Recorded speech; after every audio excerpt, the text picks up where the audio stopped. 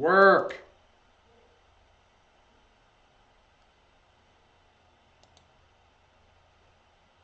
There we go.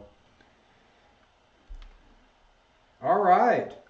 So I wanted to make sure I had the Montgomery wards add up.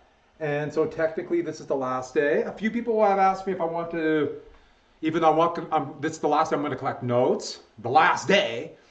But if I want to go a little bit further into the 80s and 90s and get as close as I can today, it's really hard to get modern history because our own personal political points of view come across.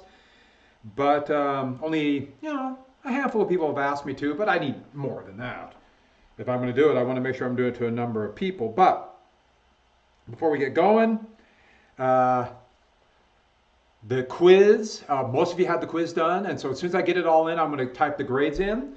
And there are a couple days of notes, a few things I got to type in because it just quit syncing because I'm not going to comment because it's about Teams or Power School. They might be inappropriate words I use. But, why isn't this working?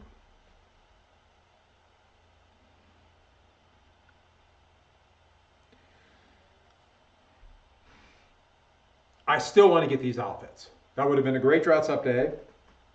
And if you look at my screen I pick a little picture for each of my days when I lecture. I use the great punk band Blondie, so I figure why not, late 1970s. I like punk. I'm not a big fan of disco, even though I'm coming to appreciate it more. This is also the 70s was the flowering of country music. And for most of it, modern country music, I'm not a fan. If you like it, what can I say? No, it's fine. But if you have any makeup work, please let me know you're turning it in because it's very difficult to find if people turn in homework or not. It's really difficult because nothing is syncing. And so it's easy to miss stuff. I don't want to miss stuff, but I do. I did give a couple examples of extra credit, but the later you are on that, the less impact it's going to have and the less chance I'll see it. And there are a few people I've not turned the review packets and I've changed them to zeros. And some of your grades might have suffered. Like I said, I'm going to allow for makeup work, but if you don't get that to me, I can't turn it in. By the way, yes, I'm also wearing my Rolling Stone shirt. It's the European tour from 1978. And so it's a thing from Berlin. And if you can't see it, when I went to see the Rolling Stones last summer, there were these things called concerts where people will come together. That's another story.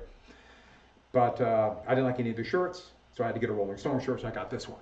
And yes, I'm one of those guys. I wear t-shirts from concerts I go to. I have a lot of Paul McCartney ones. So with that, where did we get to? We got through stagflation, went through Watergate, which was the break-in and wiretapping of the Democratic National Committee headquarters, and then the cover-up afterwards. And my face seems really big. The picture's all wrong. Okay. The cover-up, and Nixon did a taping system, and a lot of people have said over and over again, this shows this system works. No, it wouldn't work. Nixon would have got away with it, without a doubt, if he would have destroyed the tapes or not had that foolish taping system, which, trust me, they don't have a taping system now. Or if there would have been Republicans in charge of either the House or the Senate, he would have got away with it, without a doubt. And so it shows the real flaws in the idea of impeachment. Madison really thought impeachment would be used all the time for people abusing the office of presidency, and now it's become the justification. Well, it wasn't a serious crime, and so it's really fascinating to watch how things have changed. Nixon, though, was not impeached, I should add. He resigned before he was impeached. He did defeat McGovern in a landslide, but this is the beginning of a real destruction of the Democrats. The Democrats are going to go away from the working class roots and try to become more urban professionals, which used to be more Republican. And Democrats are going to become much more conservative. Republicans are already conservative. And you're going to see a whole series economically of conservative presidents. Nixon, Ford, Remember, Ford took over, pardoned Nixon. Carter was pretty darn conservative. Reagan was the most conservative president since Coolidge and Hoover. George H.W. Bush, very conservative. Clinton, economically, was very conservative. George W. Bush, Obama was very conservative. I always laugh when people say Obama was a communist. I said, you have no idea what you're talking about. And then President Trump's the most conservative president of, geez, it's hard to find. And so with that, we have become very conservative. Part of the reason is because Keynes was discredited because of stagflation. I think we went to oil shocks. I think I finished with the mower. So let's finish up Vietnam. So the U.S. pulled out of Vietnam with the Paris Peace Accords. The POWs came home. And by the way, the POWs became a big political football. Nixon really attacked the anti-war movement by saying, you care nothing about prisoners of war, mostly pilots and bomber and fighter crew men that were shot down bombing North Vietnam, which the U.S. technically wasn't at war with, but they were being held. And this became a big political football. There are POWs that you're ignoring. Well, it was much more complex than that. And there's a myth, I'll get to that, about, it became a real big thing. People began to wear arm bracelets saying they're supportive of POWs. This is a big cultural indicator that goes on to this day. Well, North Vietnam began to take over more and more of the war from the Viet Cong, which was decimated by Tet.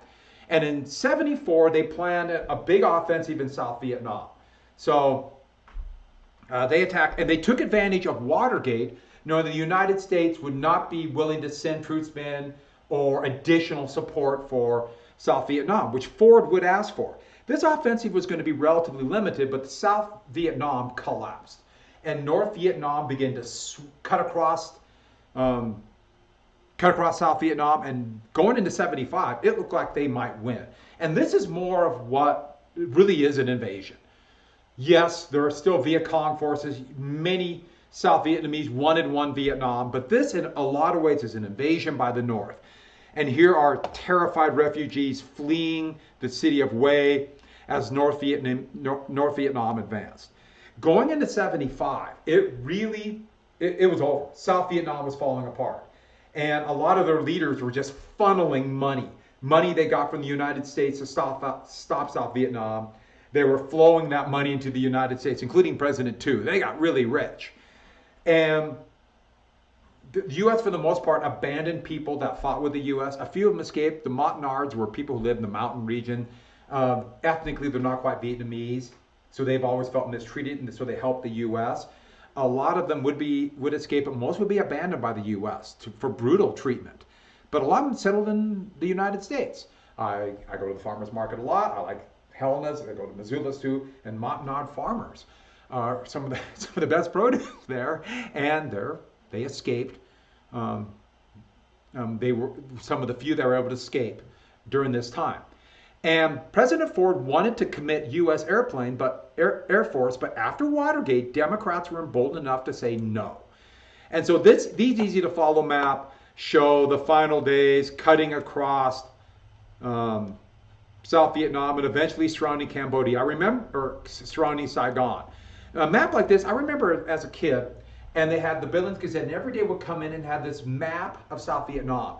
And they had a yellow blob showing the areas that the North Vietnamese Army and Viet Cong were taking over. And the blob got bigger and bigger. And I remember in March, all of a sudden the blob going from all of Vietnam to just around Saigon. And the blob getting closer and closer. And I didn't know much. I was 8. Not even 8. I was nearly 8. But I can remember looking at this and asking my dad and my older brother, are we going to stop the evil communists? Because, one thing in this, you're just indoctrinated about the evil communists. And it was like, nope.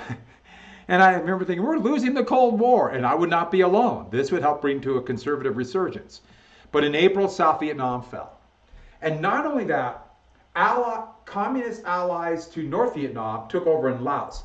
Cambodia had their own communist revolution, triggered by U.S. bombing and the invasion in 1970, which, remember, I mentioned Kent State and all that. And these are some of the shots of terrified South Vietnamese citizens. Many of them had been helping the pro-U.S. government fleeing to the U.S. embassy, and Marine guards are let some in but held them off at the gate. Here are North Vietnamese forces entering, and that's North Vietnamese forces entering the presidential palace. And this was a humiliating defeat. Helicopters began to ferry troops or men over, or some people over. Here is one of the more famous pictures, and it's on the front cover of the Washington Post. And there's another picture of it right there, a little bit bigger. And they started setting on barriers for helicopters to ferry people over to awaiting U.S. ships. Here is a U.S. Embassy official punching someone to get them off the helicopter so they could take off. All these South Vietnamese helicopters begin to land on American ships. At first they tried to keep them off, but they started landing with refugees, mostly just family members. And they started to push these million-dollar helicopters over the sides of the ships because they had to make room for future landing. This gives you an idea of the waste of this war. The U.S. Would leave millions, if not, well, today, billions of dollars of equipment and supplies in South Vietnam. A humiliating moment the United States lost. Remember, the goal of the U.S. was for 2 Vietnams, and the U.S. did not succeed. All they did basically is push it off for 11 more years. Because in 64, it would have been over if the U.S. would have pulled over. Or 64, 65, it would have been over if the U.S. would have pulled out. But we pushed it on, and the U.S. lost. And this would help lead to a conservative revival, because this idea is we should have won the war, and the U.S. does not lose wars. The C-5 Galaxy, yeah, the C-5 Galaxy, this massive transport plane. And if you've ever seen one take off, 2 things. First off, it is unbelievable. This big 4-engine plane. They started using the C-5 Galaxy in Saigon. But the U.S. tried to act like the war wasn't going as bad as possible. And so only a couple of flights took off out of Tam Son Hood Air Force Base because the U.S. tried to act like we don't need to evacuate. There's nothing to fear. And then all of a sudden the base was overrun. They couldn't use the C-5. So that's actually a very interesting question. I've actually seen a C-5 take off in 88. Was it 88? Yeah, it had to be. Trying to get my years right. Yeah, 88 or 89, President George H.W. Bush flew into Billings, and I was in Billings. And the C-5 Galaxy was carrying all this, like, you know, they have limousines and all the equipment for this people there, for all the Secret Service. In fact, I should tell you the story. But they landed, when the plane took off, and I heard the plane take off, the C-5 Galaxy, and it about knocked me down. It was the loudest thing I've ever heard. This massive 4-engine transport plane. They still use some, but it's, you know, the airframes are getting pretty worn down. They use C-17s now. But there's going to be a massive reckoning after this war. The legacy of Vietnam goes on to this day. And one of the big reasons why this legacy is so persistent, and it is just warped and corroded our political system, is because most people don't have any idea what happened in Vietnam, especially people who lived during it. It's mind-boggling to me, and it's a kind of a pet peeve. But you mentioned Vietnam, and so many people believe they were at war with Vietnam. No, we wanted 2 Vietnams. Our ally was Vietnam. The myths are huge, and yes, these are bones of victims of the overall fight. Over 58,000 Americans died, and hundreds of thousands were wounded. Medical care got better, especially with helicopters. Had a lot of men that would have died in Korea or World War II survived in Vietnam. But over 3 million Vietnamese died. This was a slaughter. And over half of these, well over half, probably 2 million of the Vietnamese who died, and almost half of all the American soldiers died after President Nixon scuttled the peace agreement. But, and by all rights, looking back with hindsight, it's a beautiful thing, but completely unnecessary.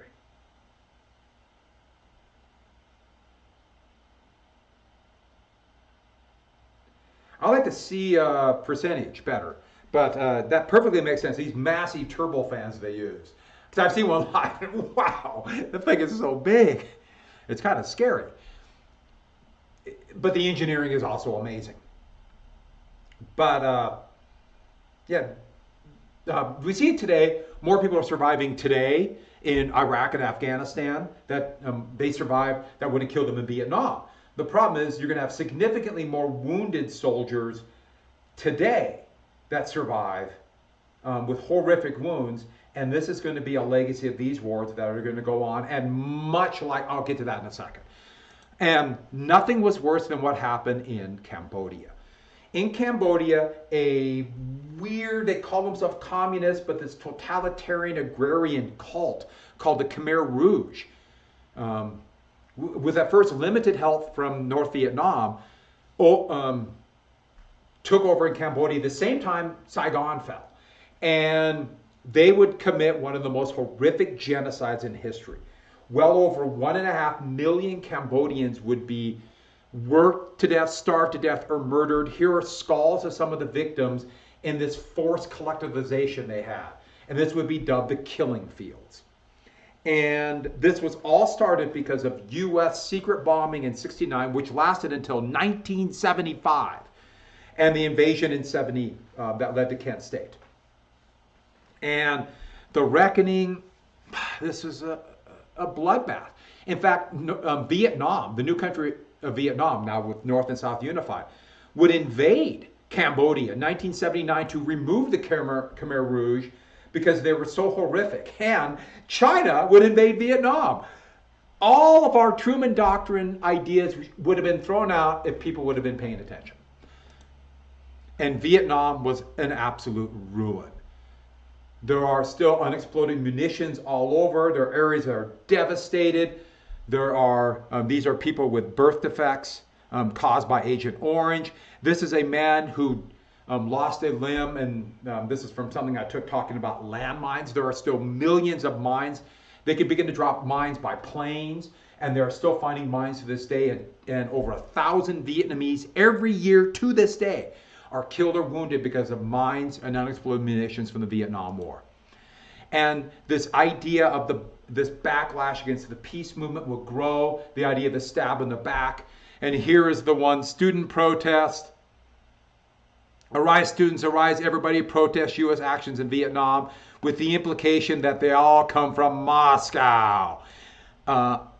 This is outside agitators. Gee, outside agitators, that's exactly the same thing they would say in the civil rights movement. That was outside agitators that caused African Americans to protest against protest for equal rights. They said the same thing about slaves who had run away being led by abolitionist movements. And the same exact thing, it's just mind-boggling, is happening today. When people say it's outside agitators are causing people to protest today. And I'm not going to go into all the details about all this, but this stab in the back movement implying that there are traitors in our midst. Also combined with the fear that we must be losing the Cold War. And this is going to help lead to, and this idea that everybody is tied to this détente. Remember, that's the lessening of Cold War tensions and it led to SALT. And it's all going to blow up because the reality is much different. And this will help lead to a conservative revival, and President Reagan will win the Cold War. Next, because of that, and I've mentioned this once before, a loss of faith in government, okay, the T got kind of blocked out, but the loss of faith in government. And government was helping other people, helping other people, not real Americans, that government lied about the Kennedy assassination, government lied about the Vietnam War, government lied about the Tonkin Gulf Resolution, government lied about the King assassination, government lied about the Robert Kennedy's assassination, about counterintelligence operations leading to the Democratic Convention disaster, and then of course Watergate. And the thing was, yeah, a lot of that's true, but this allowed for conservative attacks on government programs like Social Security, like government aid for the poor, like anti-monopoly laws, like government regulation of the environment, like high tax rates that led to high wages for lower class people, for working class people.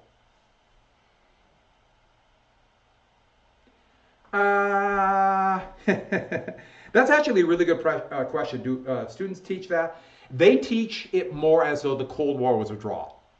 And the Soviets would have won the Cold War if not for mismanagement. That's the way they look at it. And in the United States, it's like a feeling that we won the Cold War. It was no one really won the thing.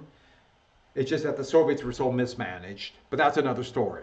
And so this idea that I like the Martin Luther King's a troublemaker and a liar from J. Edgar Hoover and Truman, it's the smash communist thing. But this is going to lead to a real divide, culture wars, and the idea that white people are being mistreated. Sorry, I just got the mail. Ads for Chewy, for pet food things. And the culture wars, which we'll get to a little bit later. Also, another pernicious myth is how bad about the way veterans were treated.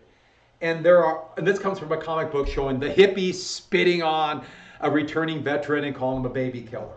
And you would not believe how pernicious this myth is. I am told this all the time, that veterans were spit upon, that wounded soldiers were brought back and attacked by hippies and the anti-war movement, and this Vietnam syndrome that we have to stop. There's actually no evidence of this except for isolated ones where individuals might say something like, you should have been opposed to the war, but there was no evidence of this. I remember being told by one guy who told me that his ship was coming in, he was on a destroyer in 1972, and he was coming into San Francisco, and this is exactly what he said.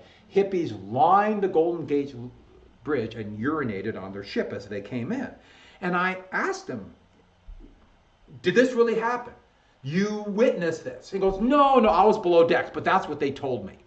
And that's the way it is. It's a lot of, yes, what didn't happen to me, but I was told this. I remember being told by a nurse who was very instrumental in getting the Vietnam War Memorial for nurses in Washington, D.C. built. She said veterans were, wounded soldiers without limbs and hurt were being spit upon. And I asked her, do you have evidence of this? No, that's what they told me. There's no film of this. There's no pictures of this. The only thing I found was a cartoon. There's no contemporary writing about this except in opinion pieces. There's no evidence this happened on a wide scale at all. Yet people believe this is true to this day. That's a good way to put it. We held out longer. It really was a battle of attrition with no real winner. And the actual treatment of veterans, where they were ignored. Veterans came back and were simply ignored. It was just go away. They were disillusioned. Many suffered from PTSD, which made it worse by the fact they were ignored. Agent Orange, the United States government would not acknowledge anything happened until the 1980s. Same thing happened with Iraq War veterans and the Gulf War veterans. The United States used depleted uranium shells, which are, the reason you use depleted uranium is because they are really hard and can go through enemy armor. But a lot of veterans come back with signs of, with cancer, especially thyroid cancer, because of exposure to radiation from these dirty shells. And the U.S. won't acknowledge it today. Veterans are ignored today. They'll go out and they'll have the flag, and they'll have big things for soldiers, and then what happens? Veterans are ignored. And that's what happened in Vietnam. That's the biggest crime. It wasn't that they were spit upon, it's that just people ignored them. And today we do a big thing, oh, the veterans, and they wave flags and then forget about them. And it infuriates me. I have a lot of friends who are veterans and they were ignored, and I have a lot of former students. And they're sent off to do these awful, really dirty, nasty wars and then are ignored. It really makes me mad. Speaking of that, let's get back to one more thing. The MAIA POW thing. And this became a big political issue. The anti-war movement doesn't care about the POWs. And this was a button. They would wear these bands of prisoners of war. I remember this as a kid. And I remember this. POWs never have a nice day. This is a bumper sticker from '71, implying that POWs were being ignored. And Richard Nixon used this as a political cudgel to attack the anti-war movement and Democrats. Even a flag was created out of the Nixon administration, the POWMI thing. And this was all a political stunt, but it was shockingly effective. this idea that POWs are being held in South Vietnam and that they still have, still holding out today. In fact, there might be missing and absent soldiers. It was incredibly effective to where people didn't realize that this was a political stunt to discredit the anti-war movement, but also to help Nixon push for what he wanted in the Paris peace talks, which of course didn't work anyways. And it has survived to this day. I remember this. The POW MIA Memorial Highway was created and signed by Governor Bullock, this law. And here was this is in Helena. And this flag, that you are not forgotten, and this is still there if you drive between Helena and Townsend, you will see this. That is POW MIA Memorial Highway. And this was all done because of a political stunt by Richard Nixon to divide the population. And now people just believe this is some noble cause to remember veterans of Vietnam. And it blows me away. It doesn't do anything about the vets that are actually ignored. And this was a obviously very clever political stunt. Okay, it really makes me mad. But as Vietnam is brewing, détente was still going on.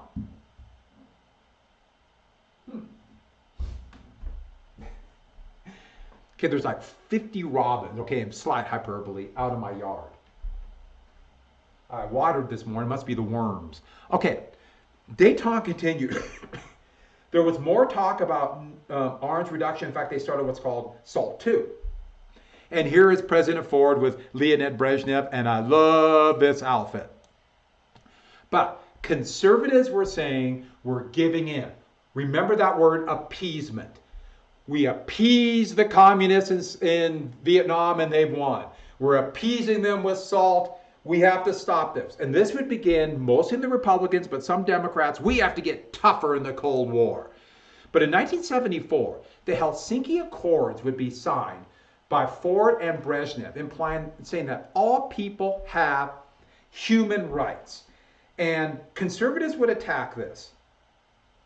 Conservatives would attack this. But many people in Eastern Europe said this was instrumental when the Cold War ended. This was instrumental in getting the Soviet Union to pull out of the satellite nations behind the Iron Curtain by saying, you signed the Helsinki Accords. And the last leader of the Soviet Union, Mikhail Gorbachev, said, yes, we did. And they pulled out. And so, ironically, he would be attacked by this use of diplomacy. Remember, conservative foreign policy is, we're not going to sign any agreement with anybody we don't like. We're going to fight them. But while this is going on, the economy appeared to be in disarray. There's stagflation, and all everyone talked about was high prices, and cities became a catastrophe. I mentioned this once before, but when suburban areas formed, a lot of people, middle class and upper class people, began to move to the suburbs, which never would have been possible without the automobile. More dependence upon the automobile. But within the city, the tax base crashed, and places like, here's New York City, they started going bankrupt. And Ford said the United States will not bail out. He will veto any bailout effort to try to stop cities from going bankrupt. In fact, this is where you get the great, the saying, Ford to the city, drop dead. This would hurt Ford politically in some ways, but a lot of rural people are like, hey, why can't cities deal with it? Well, they don't know how the tax base works.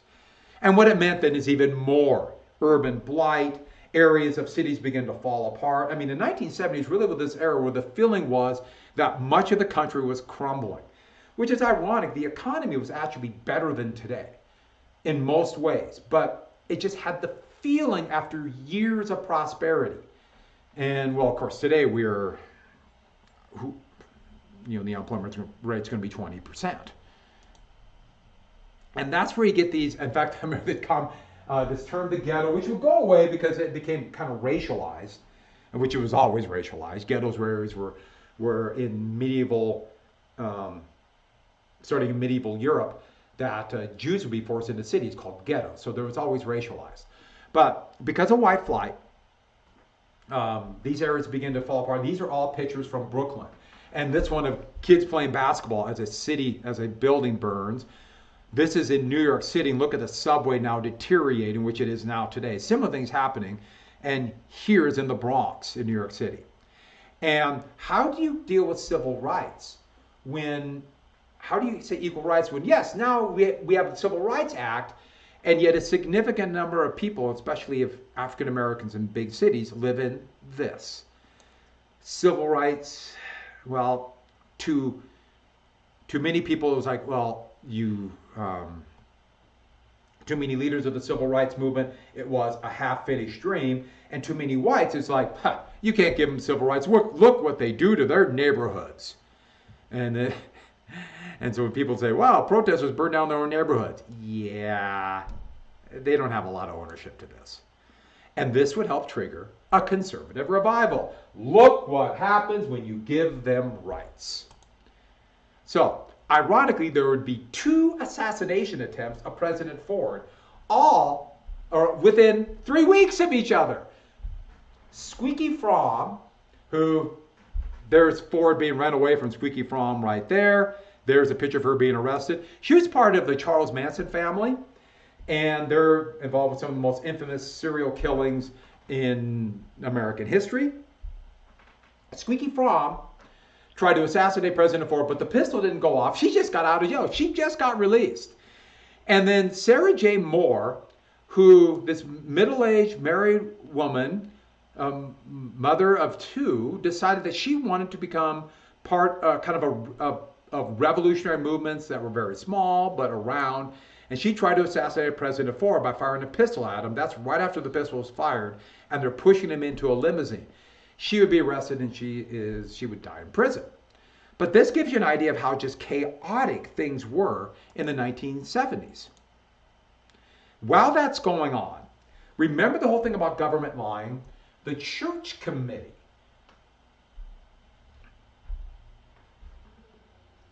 The Church Committee. And right here is Frank Church, a very prominent senator from Idaho.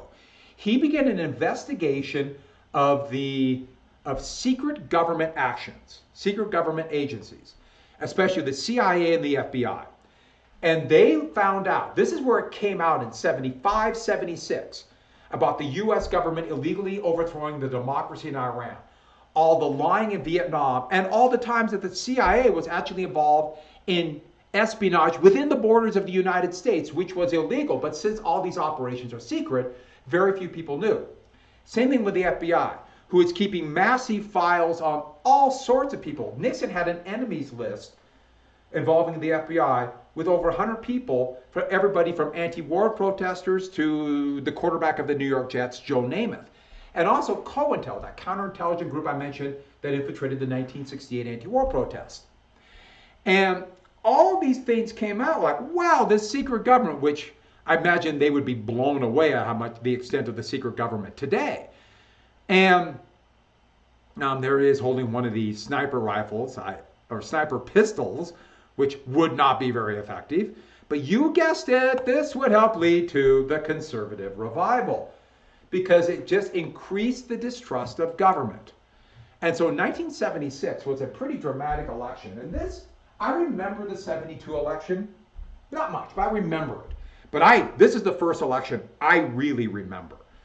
And Gerald Ford would run for re-election. He was not incredibly popular, but the Republicans could not abandon him. And he's getting increasingly more conservative. An absolute political unknown, taking advantage of the new primary system, Jimmy Carter would run as the Democrat. And he was the Democrat who ran against the corruption of government. And that had great appeal to a lot of Democrats, saying, wow, look what happens. A government had too much power. Yet, this undermined his own party. Because Democrats had been in power.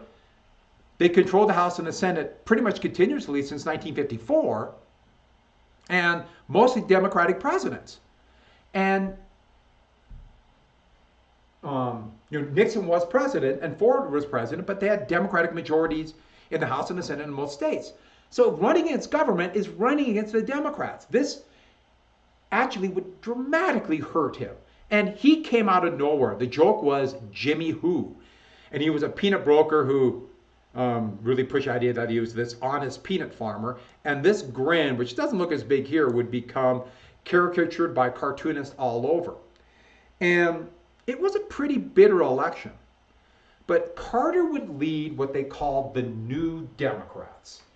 And I love that. Who is Jimmy Carter? Pulling ahead from very much more established Democrats. Yes, Hubert Humphrey, one more time. And this anti-corruption, but what he did is they went away from unions. The unions were such a major part of the Democratic Party. And they ran away from unions, and also they began to say the New Deal was old. The Democratic Party, since Roosevelt, was the party of the New Deal. And the New Deal was incredibly popular. But for reasons that are, it's complex, they began to run away. And they began to more and more push this idea of your identity. We'll be the party for equal rights for women, equal rights for African Americans, equal rights for all people. Eventually this would include the Democrats be the party that would push for equal rights for homosexuals and equal rights for and expanded rights for Hispanic Americans. And all of these, if you believe in civil rights, are noble causes. But they went away from the party of working people to individual little groups.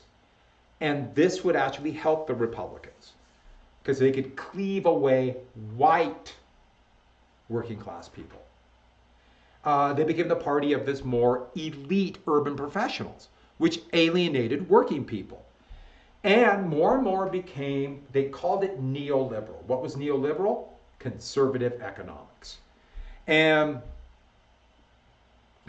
this is about Patty Hearst, that's a long story. But all these Democrats trying to stop them. That's Mo Udall, Scoop Jackson, George Wallace. George Wallace, who ran for president again in '72, remember the segregationist? There was an assassination attempt and he was paralyzed, but he would try to run again in 72, and in 76 he tried to run again.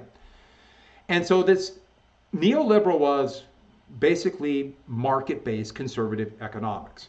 And Carter was not quite there, but Clinton was neoliberal and Obama's neoliberal.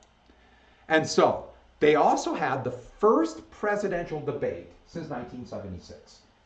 And this was a major gaffe by Ford.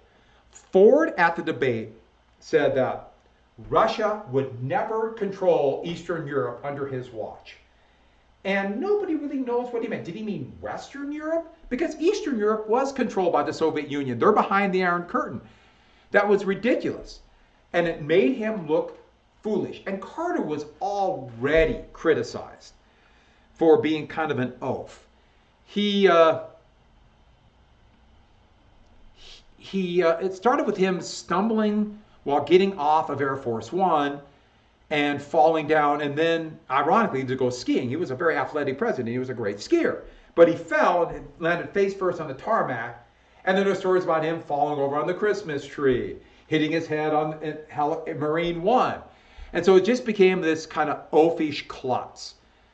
And in a pretty close election, Jimmy Carter would be elected. But you'll notice, this is the last time that there's going to be a solid South. The last time. This is it. And part of the reason Carter won the South is he was a Southerner. And he was from Georgia. This would never happen again. And so, Carter's presidency started out poorly, and it would be for much of his presidency a disaster. Partially because his brother, Billy Carter, became infamous for capturing the headlines and being a heavy drinker. And yes, they actually made a beer after him called Billy Beer. And I've seen these cans. They're actually, these cans are worth a lot of money. Some cheap beer that the president's brother drank. It just gives you an idea of how it turned into kind of a farce. And in foreign affairs, Carter tried to reverse some of the more warlike policies that really had started with Johnson, but especially Nixon and Ford. He really tried to emphasize human rights. And at first, more détente. And he even signed a treaty to give back the Panama Canal to the country we stole it from, Panama. And he would be bitterly attacked for all of these. And they've had dubious, dubious results. Here are the lions of the various countries of the world surrounding Ford, who's trying to be very angelic. But the one big success Ford had, in 1978, Israel and Egypt would sign a peace treaty. Israel occupied the Sinai Peninsula since 1967, and they agreed to pull out. And they've had a tenuous peace since. Egypt, part of the reason the United States was able to convince Egypt is that the United States convinced Egypt to sign the treaty, and then the U.S. would give them approximately $4 billion worth of weapons every year, which has existed to this day. And part of the reason why, so we gave the dictators of Egypt that to this day. And there's Carter, Menachem Begin, who's head of Israel, Anwar Sadat, the head of Israel. He would be assassinated 2 years later by members of the Muslim Brotherhood for signing this peace agreement with Israel. I should add, Israel also took this area called the Gaza Strip from Egypt in 1967, and it's filled with almost a million Palestinian refugees who were kicked out of Israel when it was created, and Egypt said, we don't want it. So Israel kept these refugee camps, and now this really is just one big refugee camp, is the center of part of the attempted Palestinian state and problems that exist to this day. But in 1978 also, 3 Mile Island, which was a nuclear plant near Harrisburg, Pennsylvania, had a near nuclear meltdown. And this, oh wow, can I remember this? I've seen one nuclear plant, but it didn't have these characteristic cooling towers. It was just a different style. This would be on the news every night, a near meltdown. There was a meltdown in Chernobyl 7 years later, which is in Ukraine, then the Soviet Union.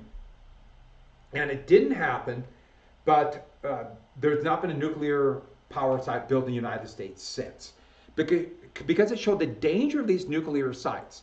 Yes, nuclear fuel is potentially doesn't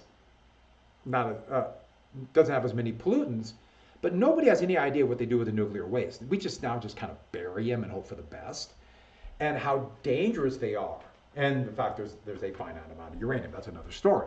But this is why there has not been another site. When I went to Gettysburg the second time, and I was driving from Philadelphia through Harrisburg, then down to Gettysburg, this is the first time I saw these cooling towers. I saw it for the first time, and wow!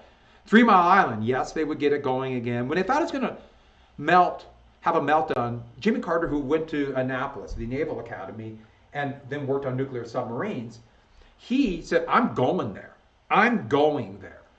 And Carter, who might have a lot of flaws as president, but by no means lacked personal courage, he went into the control center of the 3 Mile Island when they thought it still might melt down, and he refused. Secret Service demands that he not go, and he went in. As it turned out, they were correcting the situation and stopped the meltdown. Even though that reactor is still closed, the rest of it's open. He did not hide in a bunker. He went in there.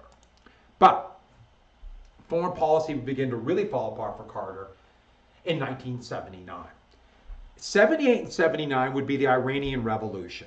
Remember the Shah of Iran, Reza Pahlavi. There's this picture right here in the middle on the cover of Newsweek. There he is having champagne, a toast with President Carter. Carter actually didn't like the Shah. The Shah was put into power by the United States government. By the United States government. And he was, where am I at here? Oh, sorry. This was when the United States, back in 1953, overthrew the democratically elected government of Iran and replaced it with a horrific, brutal dictatorship that they would use their money from oil to build a huge military and a massive secret police that repressed and tortured political dissidents, those who wanted a democracy. The U.S. was tied to them because of the Cold War. But protesters began to grow more and more in 78. Most of the protesters wanted democracy. In fact, you'll see, I love this picture right here. Fundamentalist Shia Muslims, led by someone called the Ayatollah Khomeini, who was in exile in France when the revolution starts right here.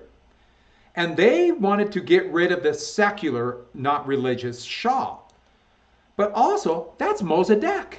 That is the leader of the democracy that was overthrown by the CIA. So you have these two different groups, but most of them want democracy. But who do they blame for all their problems? They blame the United States. We will destroy the Yankee government in Iran. And there's Ayatollah Khomeini. Ayatollah Khomeini would be the symbol of this when I was a kid. I remember just all of a sudden this man who I did not understand. I didn't know anything about Shia Muslims in 1979.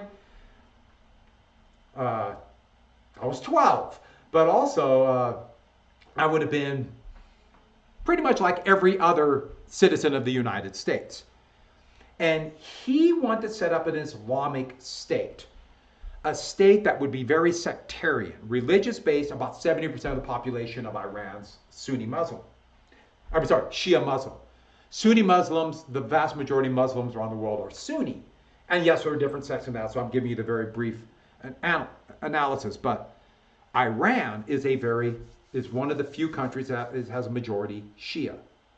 The other one is Iraq, even though their government was at that time Sunni.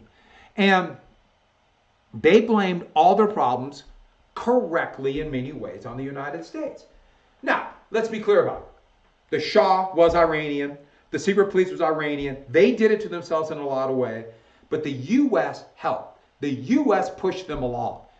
The U.S. cannot necessarily be responsible for what people of Iran do, but the U.S. can be responsible for what the United States does.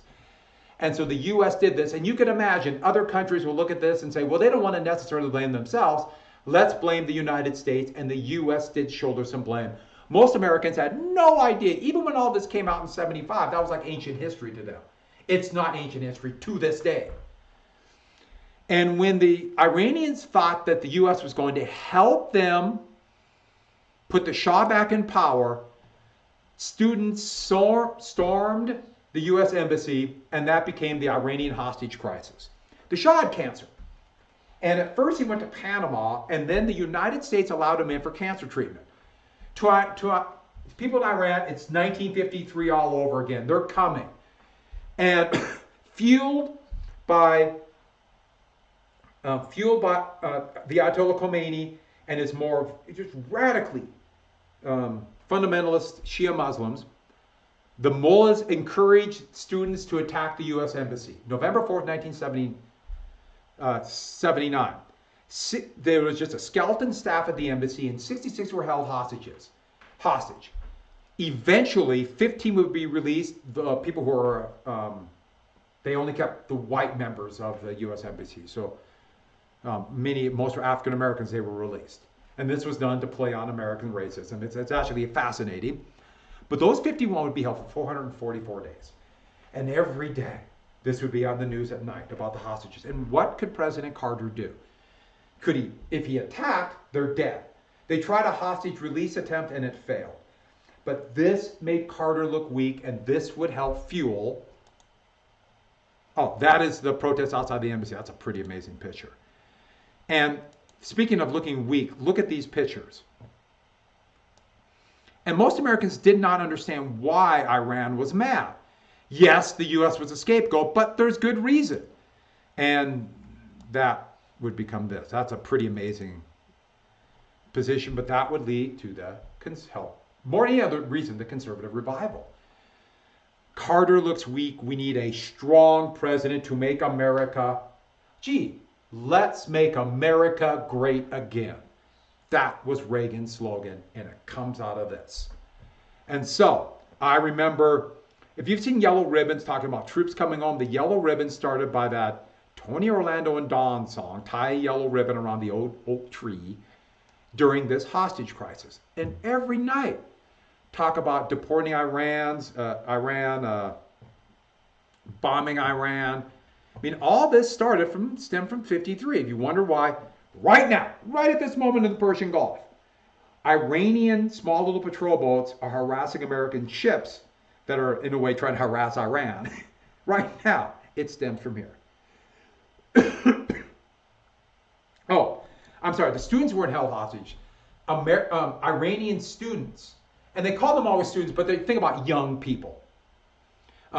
They stormed the embassy and held U.S. embassy staff hostage. U.S. embassy staff. I'm sorry I was not clear on that. And so that is right outside the Iranian embassy. The attempted rescue, they did one attempt of a rescue, but it was a disaster. They tried to refuel helicopters, the land marines in the desert of Iran. One of the planes bringing refuel, a C-130, blew up. It was a disaster. And they had to abandon one of the helicopters, so this was taken by Iranian media after the attempt. And the hostages would not be released until the day Ronald Reagan was inaugurated. They were nearly released in October, but a secret mission by the Reagan administration, including the future Vice President George H.W. Bush, we just found out now, this was a rumor, but now we know it's true. They met in Paris with representatives from Iran, and it was basically, hold on to the hostages until Reagan becomes president, and we promise to deal with you better. It's a little like what happened with Nixon and the peace accords. So they would not be released till Carter was essentially out of office. If they would have been released in October, Carter would have won. And who knows how the world would be. But that's a great headline on the very same day. At the same time, the big fuel shock hit. Prices went up, and I can remember walking to school. Story of my youth. Walking to school, and I always walk by this old gas station over the railroad tracks on the way to Washington Middle School. And now it's just this empty building. But I remember gas prices. I just vividly remember the gas prices on this walking by, and it was 42 cents a gallon. And I can remember this, 42 cents. And then I remember the next day, 52 cents. And then it was a weekend. And then I remember the next Monday, $1.30. Never forget that. Like, oh, what happened? 42, 52, $1.30. And just imagine that shocking gas prices. And who's going to be blamed? Carter. And this would help contribute to people riding dangerously in the back of pickups. Okay, I just thought this was funny. I should add something. This was the norm. People would pile in the back of pickups, and you see that today, but you almost never see that today with crazy things like seatbelt laws. But let me tell you a story. This is my story time. So I played baseball. I played baseball all the way till I was a sophomore, and then I focused on football. And I blew my knee out. Don't blow your knee out. That's good advice. But when I played, was this whatever level? I was probably 10 or 12, but not 11. And I played, so it was my little league team. We were going to drive to Forsyth and play their team. And we were with Midlands. That was a local company.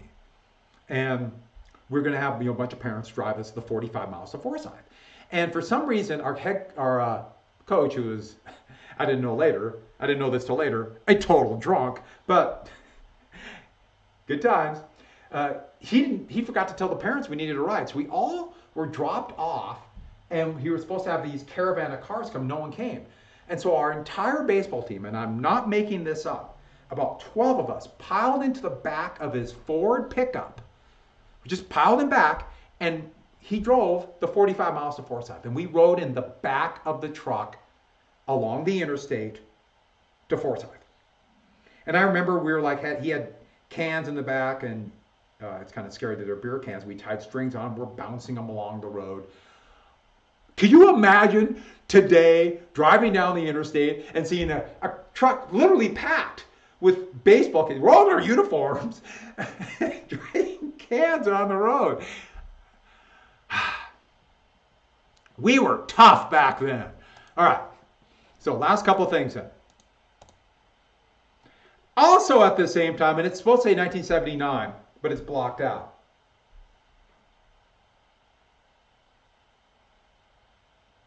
Oh yeah, August is exactly right. And ISIS loved Toyota pickups, but that's another story. And ISIS stems directly from the former leaders, Saddam Hussein's people in Iraq when they were kicked out of power. This always seems to cycle around. In 1979, the Cold War, which there's already this conservative movement that we got to get tougher on the Soviets and we are appeasing them at détente. It began to really pick up when the Soviets invaded Afghanistan. Détente ended. Détente ended. Now let's get to the things that happened right here with that. First off, these are Soviet forces, and yes, these are Soviet elite forces, these hats always make me laugh. But what happened was, when the Iranian Revolution happened, Afghanistan, which was breaking away from the Soviet Union, the Soviets were worried that the Iranian Revolution would spread to Afghanistan and then into the stands. Kazakhstan, Kyrgyzstan, Uzbekistan, those countries in Central Asia that were then part of the Soviet Union but had huge Muslim majorities. And they thought the revolution would spread there. So they invaded Afghanistan to put in a pro-Soviet government. And that would trigger an 8-year civil war. The US, which was shipping grain to the Soviet Union in the 1970s, it shows you how the Soviets were just destroying this stuff by building weapons and starving to death. The US did a grain embargo. Carter took this as a way, now he will become a Cold Warrior. The United States began to increase military spending, and the Cold War heated up almost overnight. And beginning with the Carter administration, the United States began to equip fighters against the Soviets that were dubbed, basically it just means essentially warriors, but the Mujahideen. And these were, Afghanistan is very tribal, just because of the mountains divide people up into different groups. And it's very isolated there. And so the United States began to equip and arm these. And what the US did is, they equipped and armed especially fundamentalist, mostly Sunni Muslims, saying that the Soviets are going to take away their religion. So the United States is going to encourage very radical Islamic fundamentalists to come from all over the world, from everywhere from Indonesia to Saudi Arabia, and come to Afghanistan. The US through the CIA would help them, and Pakistani secret police, long story, to help them fight the Soviets. And especially under the Reagan administration, this really picked up. Gee, fundamentalist Sunni Muslims from all over the world. One of them that the CIA would help would be a guy named, let me snap my fingers, see if I can remember his name, Osama bin Laden. And he would create, they literally called it the base, to recruit people into Afghanistan. It was not a real movement. It never was until after 2001. But the base, another name for the base in Arabic is Al-Qaeda. Gee, can you see, remember that term? Blowback. Well, the Soviets got into this foolish war, but this, and the United States would even boycott the Olympics in 1980 that was going to be in Moscow. And I had to put two things of the Olympics, this great human hammer and sickle, and then these human pyramid things. And all I got to say is they're awesome. But the US boycotted it, and the Soviets would return the favor and boycott the Los Angeles Olympics in 1984. And overnight, it went from détente and the Cold War, it seems to be ending, or at least coming to some kind of stalemate, to the most dangerous time. In '79, the US just about launched a full-out, complete missile attack on the Soviets because they thought the Soviets attacked the US mistakenly. That didn't happen. And then in 1983, as a result of this heat up, the Soviets came within hours of blowing the world up. And it's amazing. And I got to repeat, it's amazing we're here. And we're going to jump right to this. So you had all this anti-government feeling that would lead to a conservative backlash. So let's get right to the conservative backlash. Last thing ever. Calm down. I'm going to give you one thing real fast tomorrow. Last thing ever. The beginnings of a new conservative movement. And by the way, the Carter led America down and this backlash. Let's make America great again. And this is the thing, one of the many important things about knowing history is that people don't, sometimes if they don't know history, They don't know that the same kind of trope, the same ways to influence people would be used time after time. And so when President Trump used Make America Great Again, and people said, yeah, it's finally someone is doing that, not even realizing that this is what Reagan said. And this is the very conservative idea, much like the 1920s and return to normalcy. We were once great, but those Democrats and liberals destroyed us. And the new right had these things. I got to get to this very quickly. Losing the Cold War. They were anti-elite. When I mean elite, this was like these colleges teaching students to protest America and hate America, which is a trope that is used to this day, which is fascinating because college graduates are pretty darn, especially economically, conservative. Also, there was a Christian coalition, sometimes called the religious right. And this was never a powerful political movement in American history. Even in the 1920s, when the growth of fundamentalist religion, that whole term started in the 1920s, it was still not either Republican or Democrat. It split both ways.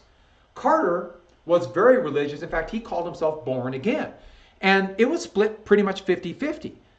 But after Carter, a new kind of religious fundamentalist called the religious right formed, and they became incredibly anti-democratic. And what were the big issues?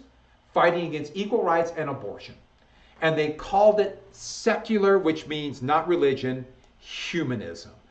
And they want to return Christianity to the government. And that's where you get all these myths that the founding fathers were Christians. There was also a taxpayer revolt. The budget deficit appeared to be very high. In fact, it was like $40 billion. And the thought was, oh my gosh, the debt is so high. And there was a revolt to try to get, to stop the high taxes. Now, taxes were not that high on most people, but tax rates were much higher on the wealthy then. And property taxes in places like California were pretty high. And this began this push, we got to cut back on the debt. And therefore, we got to cut taxes on the wealthy to cut back on the debt. And also anti-racial preferences, anti-regulation, and hopefully to destroy the New Deal. This conservative backlash would begin. I know I went through this very fast.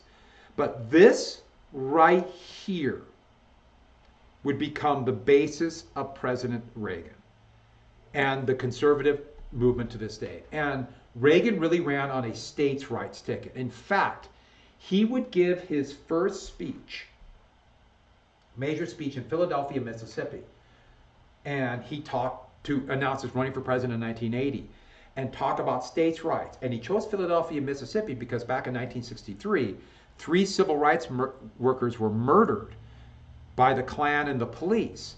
And he did it for a very important reason, to push that Southern strategy.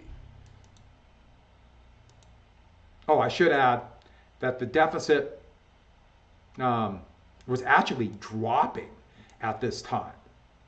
And with Republican presidents, the deficit went up dramatically under Reagan. But they used this push for one simple reason, to get rid of government programs. And so, we're going to stop right there because I am done. All right. So a couple things. First off, if I was going to tell some stories, and I'm not going to do it right now, but I might get on tomorrow and tell a few stories. Same deal. If people want to talk, let me hear about the 80s and what happened then. If I get enough people to ask over the next day, I will do that. But if not, that's the way it goes. And so I might come on for a little while tomorrow and tell a couple stories, but that's it. There'll be no more notes. And for the stories, it'll be just for those who want to listen to them. Unless I get enough people to get a little bit more about the history, I really should talk about the election of 1980. And so much of what's happening now, you find its roots in the 60s and 70s. And after Kent State and the massive protests there, students were allowed into the Lincoln Memorial, and they camped there to protest Nixon and the war. And Nixon actually snuck out. Nixon snuck out of the White House in the middle of the night and went and visited these protesters, and he walked around talking about football.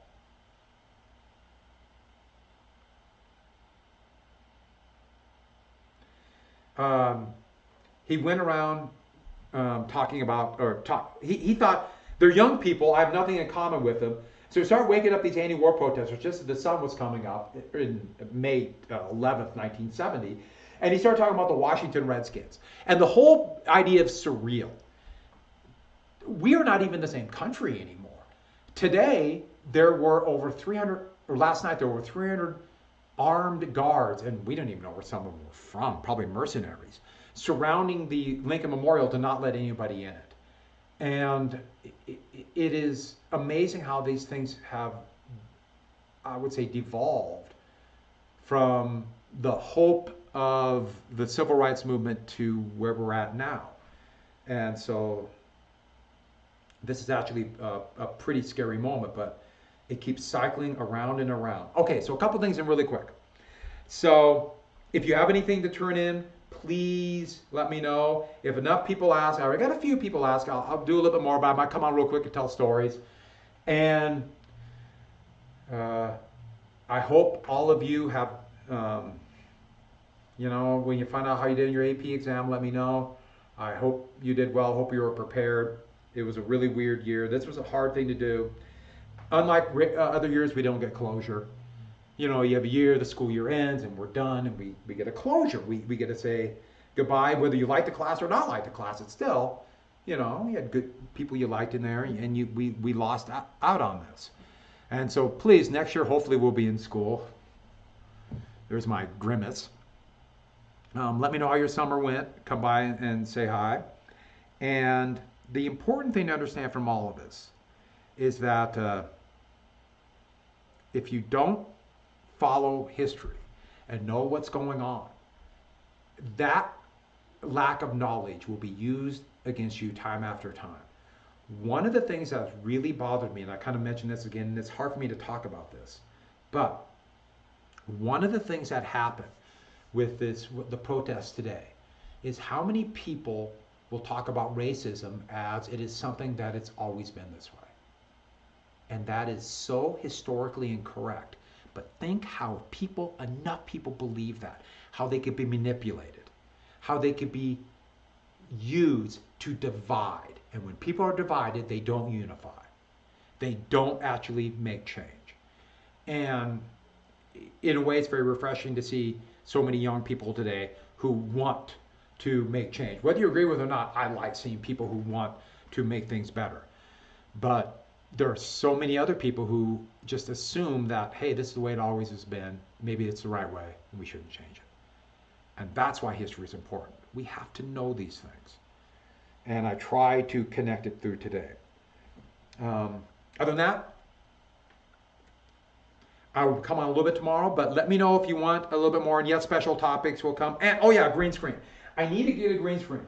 And I might do it anyways, because there's a good chance we'll be doing like half online, half at school next year. I will get a green screen, and I'll have nothing but roller coasters behind me.